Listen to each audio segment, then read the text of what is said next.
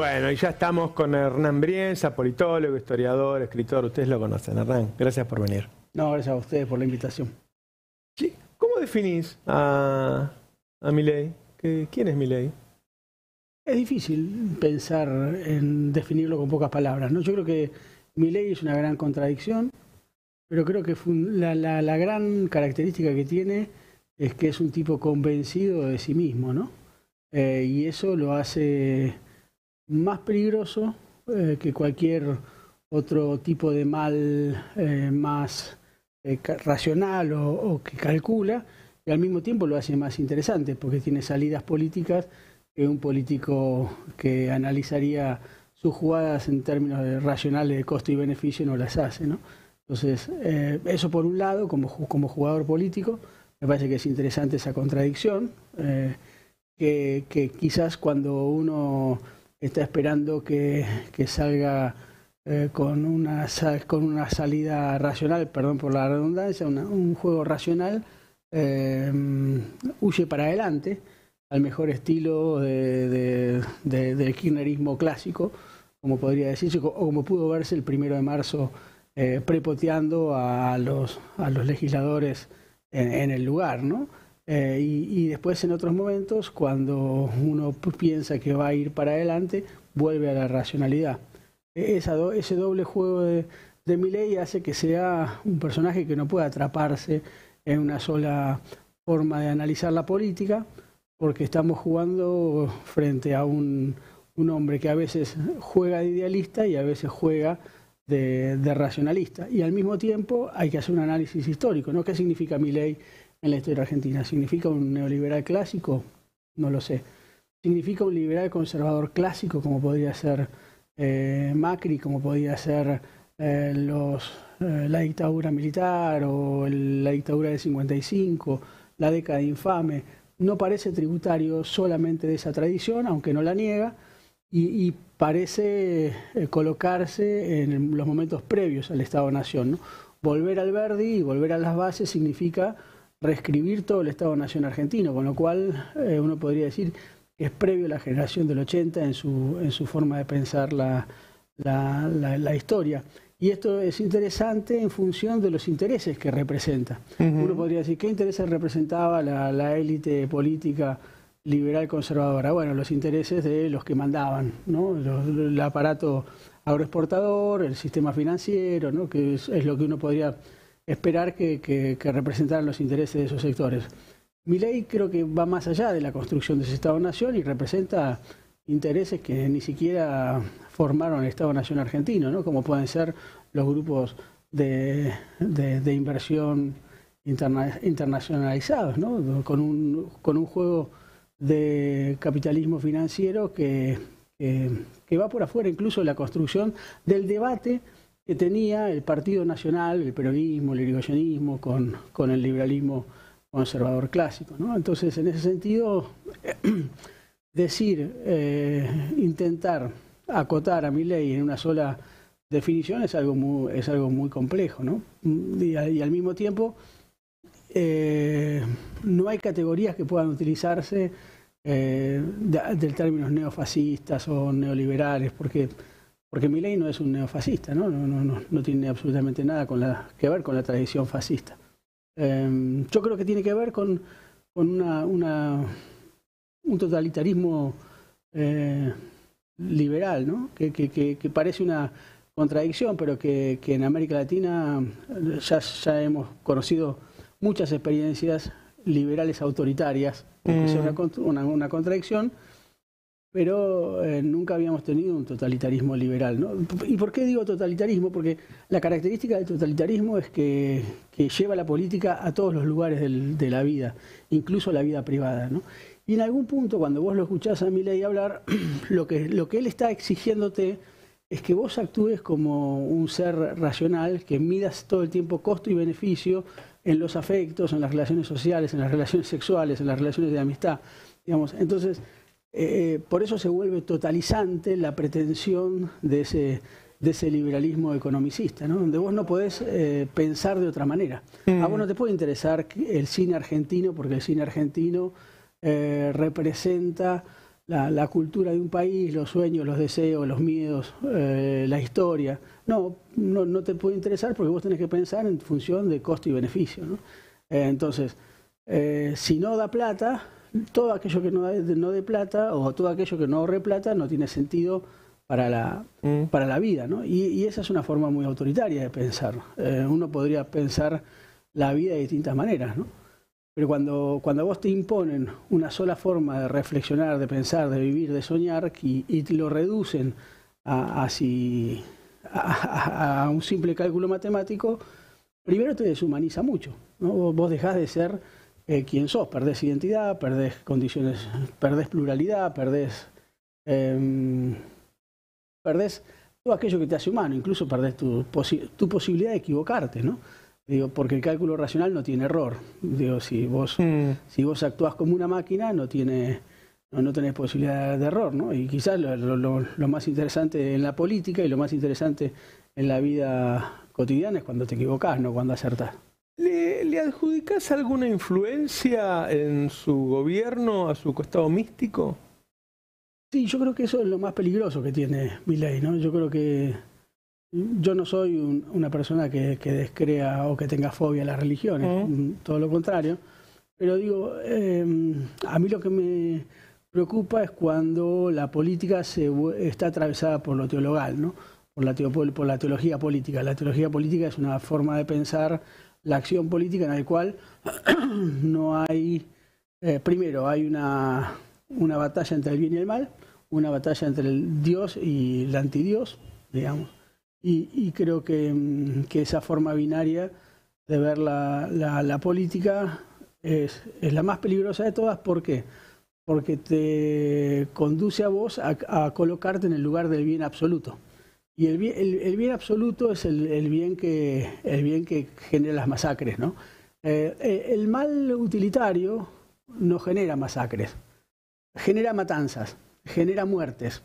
Pero son muertes calculadas, ¿no? Son la típica muerte, digamos, de cálculo es la de la mafia, ¿no? Digamos, mato por una cuestión que no es personal, es solamente de negocio, por esta cuestión, se hace una cirugía de la muerte, ¿no? Las grandes masacres las hacen los tipos que tienen una concepción religiosa de la vida, ¿no? Y cuando se apela a las fuerzas del cielo, cuando se apela a la letra bíblica, a la forma santa de vivir la vida, a mí me preocupa mucho, porque estamos ante las puertas de la falta de plasticidad para pensar la política y la humanidad, ¿no? Los gobiernos duran acá en Argentina 4 años, en otros lugares 6, qué sé yo.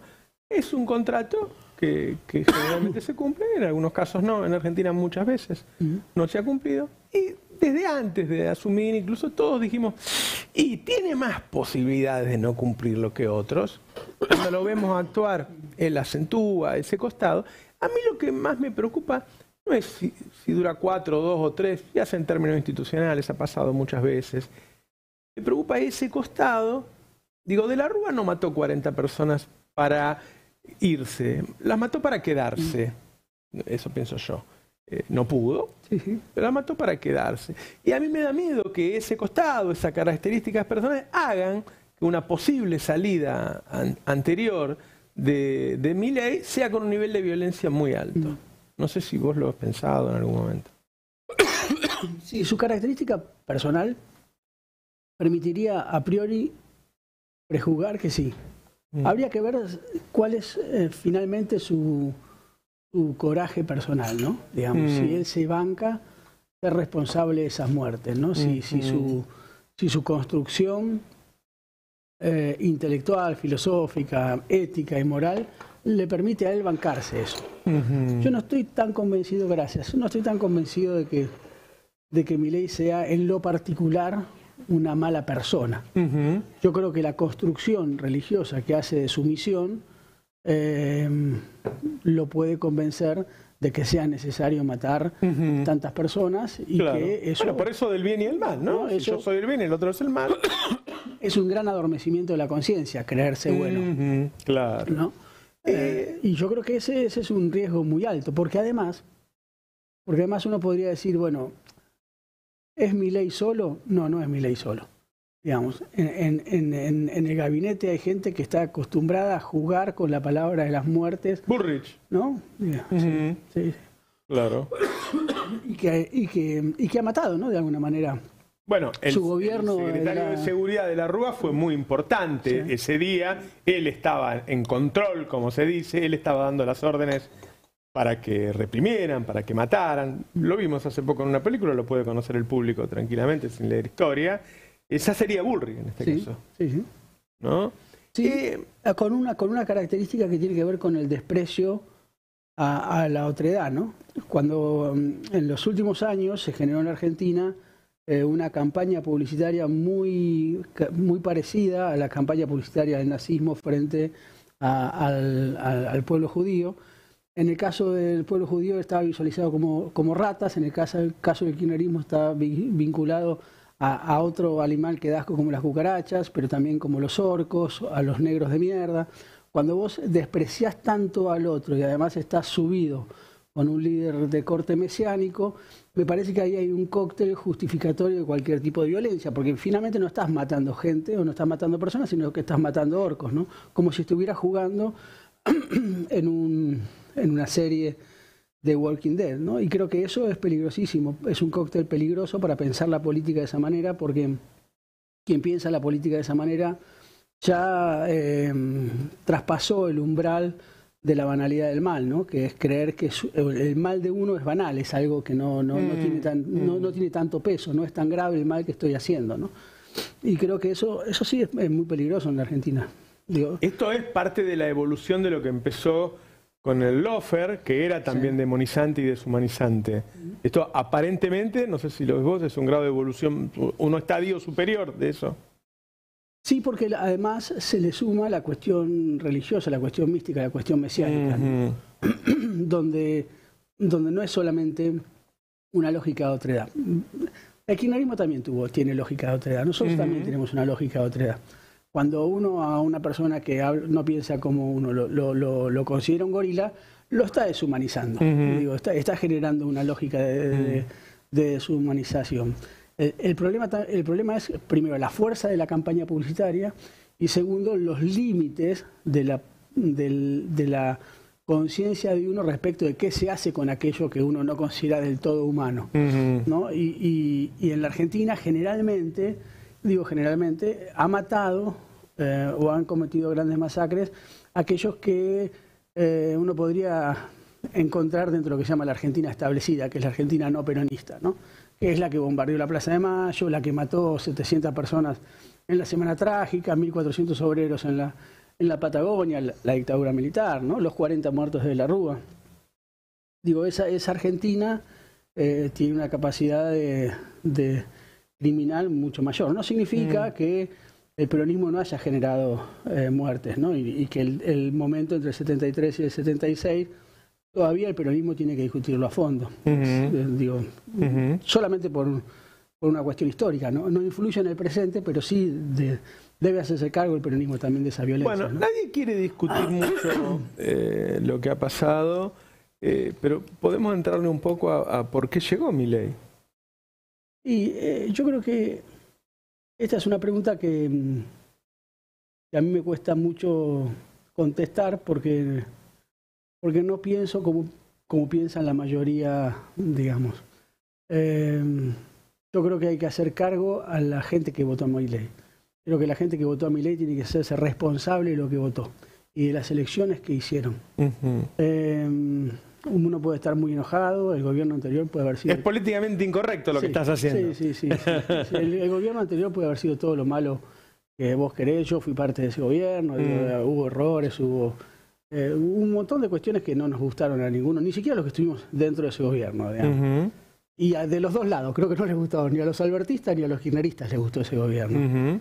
Digo, pero más allá de eso, hay en Milei un límite que si vos lo traspasás, te tenés que hacer cargo de lo que vos votás. Digo, hay una irracionalidad en Milei que estaba mostrada antes de la campaña, hay una alianza con la casta macrista que estaba previa a la elección, con lo cual, si uno tuviera que analizarlo fríamente, claramente Massa era lo menos peor, por decirlo de alguna manera generosa, ¿no? Si vos, aún viendo eso, votaste lo peor, te tenés que hacer responsable y tenés que hacer cargo. Digo, yo, si quieren, hago todas las autocríticas que quieran, digo, no hay problema. El periodismo vive haciendo autocrítica. No voy a eso, me parece medio simplificador. Me parece que hay procesos históricos, me parece que ocurren cosas, sí. Me parece que los proyectos no duran para siempre. Es muy raro que los proyectos tienen una cantidad de tiempo y después van menguando, van perdiendo atractivo. Sí, lo que pasa es que el costo, van sumando más gente en contra que a favor. Que van cayendo a poquito, ¿no? Porque si un día no hay, este era kirchnerista, este amigo mío no era kirchnerista, hoy no es más. Pero como siente, hoy hay otro, ¿no? Sí, que no. Es interesante ese costado en el sentido de también pensar cuán costoso es la vuelta de página del que tiene que hacer el peronismo.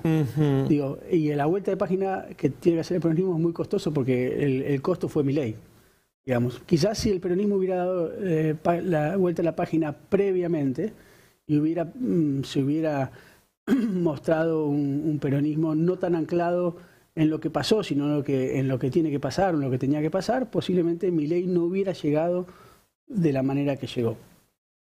Pero también es cierto que Milei ya venía cargado de muchas cosas que demostraban que no era una novedad, ¿no? Y creo que la sociedad tiene que pensar y tiene que hacerse cargo de lo que votó. Por ahí es así la sociedad. No, por supuesto que la sociedad es así. Por supuesto que la sociedad es así. Por supuesto que la sociedad es así, por supuesto que hay que conversar con esa sociedad. Digo, y también creo que hay que conversar con los deseos de una sociedad que no son los deseos a los cuales le habla el peronismo tradicional. Es difícil hablar cuando vos estás demonizado. Es muy difícil convencer al otro cuando vos estás demonizado, porque se cierra mucho a lo que vos le puedas decir. Pero yo soy un comunicador, que hay mucha gente que me quiere, que me sigue, y hay gente que me odia. Y yo nunca estuve en la función pública. Sí, pero ¿no pensás que hay posibilidades de que la sociedad haya cambiado respecto de los deseos imaginarios de que el propio peronismo le ofrecía? Digamos, a mí me llama mucho la atención cuando hablo con gente más joven que yo. Mi ideal de vida es el chalecito californiano, mi mujer, los hijos, el perro, el cochecito. Los jóvenes no tienen ese modelo. Quizás el estado de bienestar que el peronismo le estuvo ofreciendo durante los últimos 20 o 30 años a pibes y pibas que prefieren un monoambiente con buen internet y con capacidad para desarrollar todo el poliamor que necesitan y que desean, no les termina de cerrar como modelo político. Y allí me parece que también hay que pensar algo en cómo se reconstruyen los lazos de solidaridad en una sociedad hiperindividualista, donde vos estás en tu casa. Parece todo un oxímono toda la frase. Parece un oxímono la frase, parece imposible, ¿no? No, pero también es cierto que... ¿Cómo unimos a los individualistas? Sí, pero por ejemplo, vos entrabas a la fábrica y te encontrabas con 500 tipos. Y ahí sí o sí te relacionabas. Sí. Bueno, ¿cómo te relacionás con los otros desde el hiperindividualismo? Estás en tu casa haciendo un trabajo de home office o en la bicicleta de Rappi. ¿Cómo te relacionás? Por supuesto que eso no es todo el mundo, eso no es toda la realidad actual, pero me parece que son fenómenos que hay que pensarlos, ¿no? Cada vez es más. Hay fenómenos que hay que pensar. ¿Cuánto juegan las redes? Sí, por supuesto. ¿Y cuánto jugó la pandemia en darnos cuenta que en casa podemos seguir sobreviviendo? Mal, pero podemos seguir sobreviviendo, ¿no? Claro. Hay algo ahí de los llaneros solitarios permanentes que transforma los lazos sociales, ¿no? Esa gran teoría de que ya no existe la sociedad, ¿no? No hay sociedad, ¿no? Lo decía Thatcher y lo repite Milei. No hay sociedad, hay suma de individuos. Bueno, por empezar, eso es una gran falacia, ¿no? Digo, si fuéramos solamente una suma de individuos, no podríamos ir al almacén a comprar un sachet de leche. Pero, o sea, hay sociedad, hay relaciones humanas, hay relaciones sociales, hay corrientes de sentido, todo eso existe. Lo que sí creo que hay que pensar la autopercepción de quien cree que no le debe nada a nadie, ¿no? Porque está encerrado en su casa, porque está subido a su moto. Y bueno, también le debes algo a alguien, que es el hecho del trabajo de cualquier otro, ¿no? Y cuando uno habla del trabajo a propósito, porque el presidente Milei habla mucho de los empresarios como héroes, ¿no? Y yo creo que hay que recuperar la idea de que el verdadero héroe del capitalismo es el trabajador, ¿no? Sin trabajo no hay capital, ¿no? Pero esto hay que volverlo a explicar, porque cuando vos se lo hablas con algún laburante, el tipo te dice, no, bueno, pero yo sin el empresario no llego a fin de mes. ¿Y el empresario a dónde llega sin vos? Claro, pero esa autoconciencia del valor del trabajo, que estaba explicado desde el siglo XIX y que es una de las grandes potencias del peronismo, ¿no? El trabajo dignifica. Digo, hoy el trabajo no dignifica, el trabajo te sirve para subsistir si el empleador quiere que vos dependas de él, ¿no? Hay como una especie de, por favor, explotame, ¿no? Digamos, por favor, sacame plusvalía, ¿no? Ay, vos o lo habrás conocido personalmente, o bueno, los has estudiado bien, toda esa generación de Lula, de Evo, de Correa, de Lugo, de Cristina, Néstor. Hoy para esa sociedad, todos tipos muy potentes, además de convicciones, enormemente potentes, enormemente potentes. ¿Podrían hacer algo distinto con ellos? ¿O ese tipo de liderazgos ahora no sirven? Viste que en la política hay algo que es extraño, que es nada sirve hasta que empieza a servir y todo sirve hasta que deja de servir, ¿no? Digamos, hay oleadas también, ¿no? Esos liderazgos fuertes que se presentaron en la primera década del siglo XXI pareciera que en la tercera década no sirven. Pero, sin embargo, Milei es una personalidad muy potente.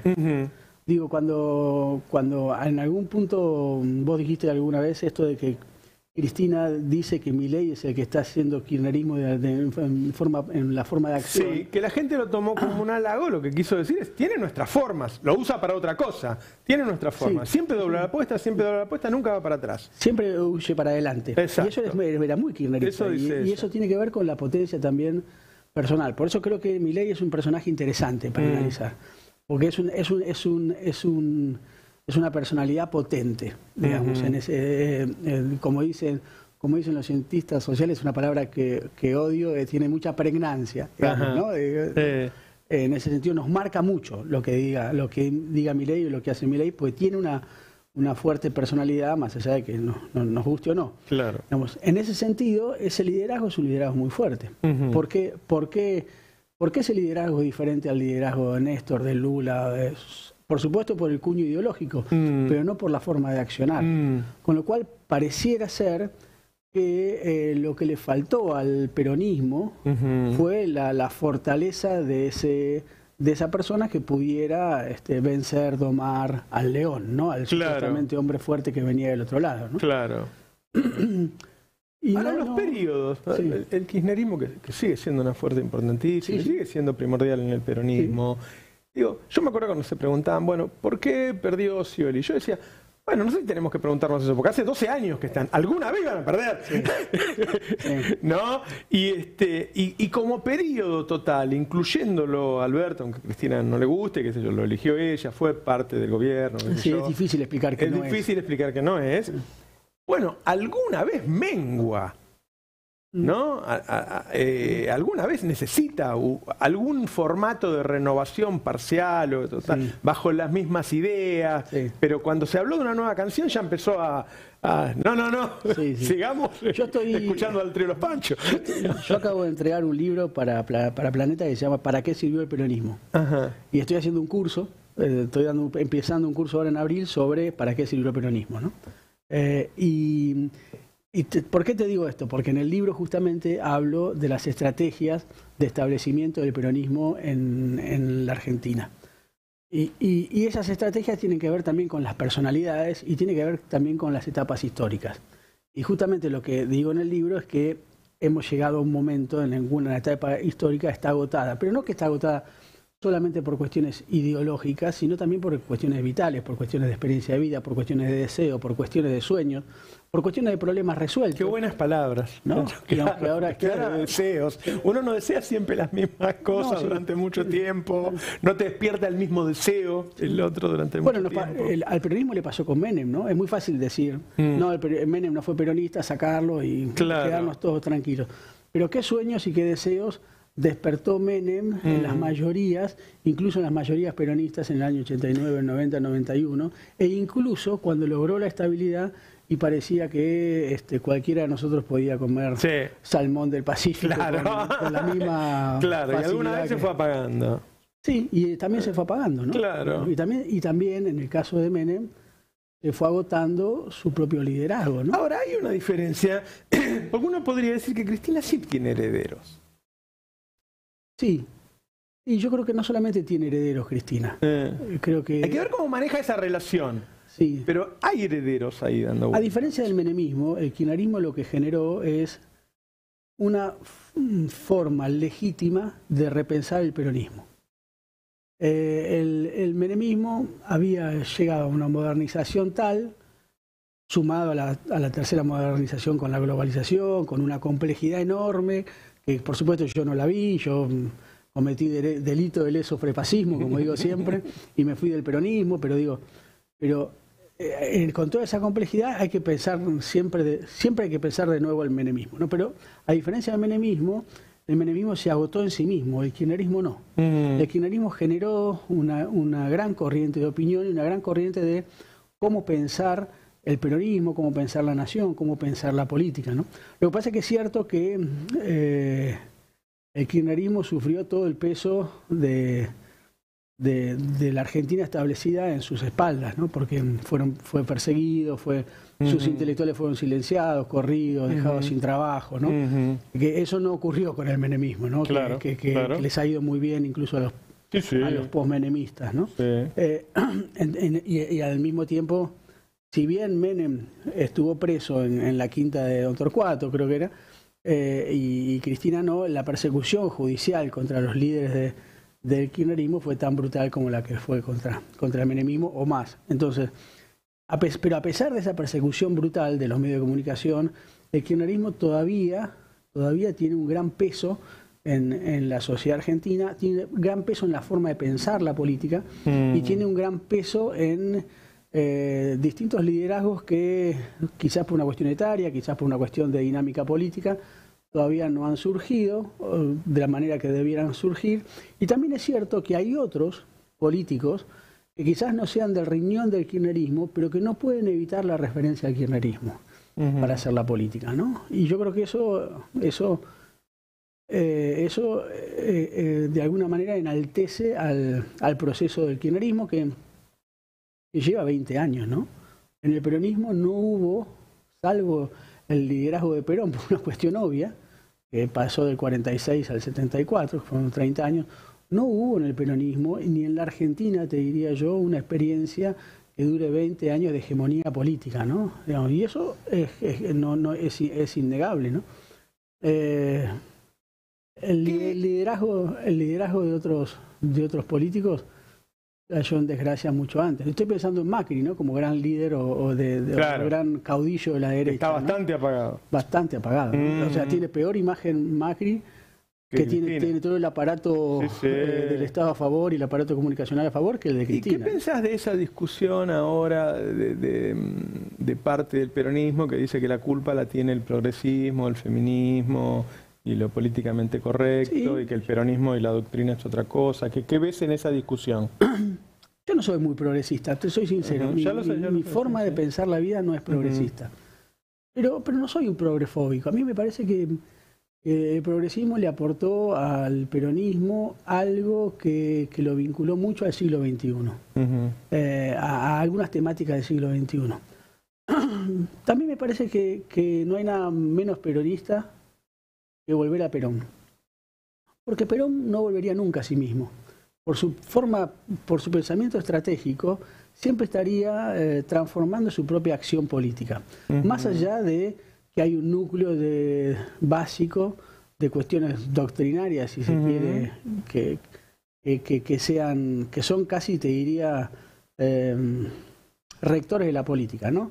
Digo, un nacionalismo político y económico y cultural, una defensa de los intereses de las mayorías, del empresariado nacional, más allá de la industria o no. Yo siempre digo que un buen peronista, si las herramientas económicas están al servicio del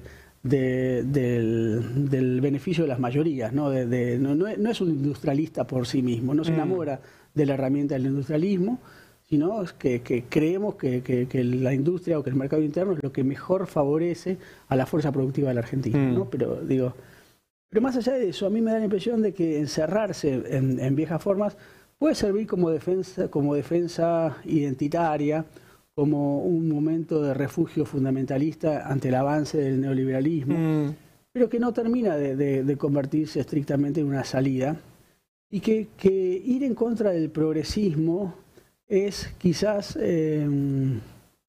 una actitud de cierta mezquindad política, ¿no? Es como si el progresismo tiene algo también de esto, ¿no? Que es que corre con la moral, ¿no? Digamos, no, pero vos el 14 de diciembre del 2005 no apoyaste a Cristina como ibas a haberla apoyado. Bueno, qué sé yo, flaco, estaba mirando para otro lado o pienso diferente a vos, ¿no? Esa cuestión de correrte con la moralidad permanente es muy fuerte en el progresismo, ¿no? Y quizás esas dos formas de perseguirse, yo creo que hacen que resulte un poco grotesco esa discusión, ¿no? Digo, a mí me da la impresión de que no hay posibilidad de un peronismo que excluya a los dos sectores. Lo que me parece que es interesante es quién conduce ese proceso, ¿no? La conducción en el peronismo tiene la capacidad de aunar esos dos sectores, ¿no? Y yo creo que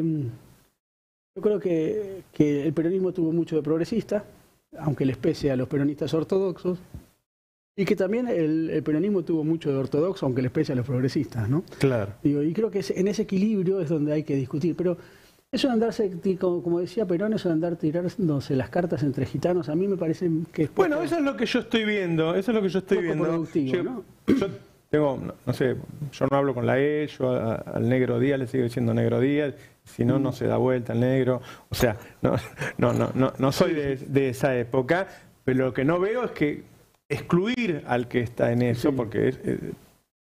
Sí, hay algo que es interesante, ¿no? Cuando vos decís, no, se fijan mucho en los derechos en el feminismo, pero no le dan de comer a las mayorías, ¿no? Claro. Ese es el gran discurso. Sí.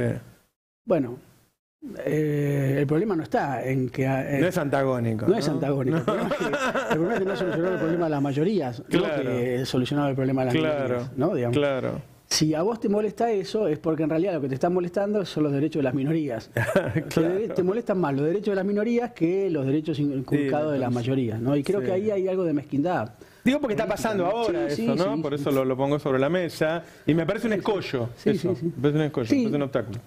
Yo siempre estoy en un lugar incómodo, porque estoy a la derecha del kirchnerismo y a la izquierda del peronismo. Como digo siempre, no termino de caer simpático a ninguno de los dos sectores. No, a nosotros nos cae simpático. Pero esta cuestión me parece que hay que pensarla seriamente en cómo resolverla en el peronismo. Porque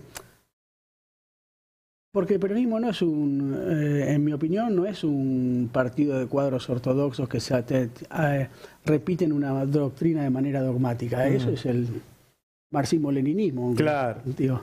Claro. El peronismo es una cosa más maleable, ¿no? Y es algo que atiende incluso a sus propios desatinos, como decía muy bien Dolina, ¿no? Esta cosa de atender a tus propias contradicciones, atender a las cuestiones que por ahí no son del todo racionales y que tampoco son del todo políticamente correctas, ¿no? Digo, me parece que ahí hay algo en el peronismo que lo hace muy vivo, ¿no? Ahora, la última. Después de 20 años quizás se perdió el deseo. Ahora, ¿aparece una persona que genere un deseo en el peronismo? ¿La ves dando vuelta por ahí?